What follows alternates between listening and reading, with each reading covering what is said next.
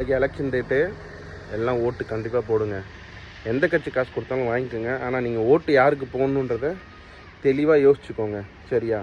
மாற்றம் இங்கே நிறைய தேவைப்படுது. அந்த மாற்றத்துக்காக நம்ம ரெடி ஆகணும். எந்த கட்சி காசு கொடுத்தாலும் வாங்கிக்கோங்க. அவங்க காசு இல்லை, அவங்க பாக்கெட்லேருந்து எந்த காசும் எடுத்து தரல. நம்மக்கிட்டேருந்து திருடினதை நமக்கு திருப்பி தராங்க, அவ்வளோதான். ஆனால் ஓட்டு மட்டும் யோசித்து கரெக்டாக போடுங்க. அதுதான் அடுத்த 5 வருஷத்துக்கு நம்மளை யார் ஆளணுன்றதை டிசைட் பண்ண போகுது. ஓகேவா? நமக்காக குரல் கொடுக்குற, நமக்காக பேசுகிற நம்மளில் ஒருத்தவங்களா பார்த்து ஓட்டு போடுங்க. ஓகேவா? இலவசம் தராங்க அப்படின்லாம் பார்த்து ஓட்டு போடாதீங்க. இலவசம் நமக்கு வேணாம்.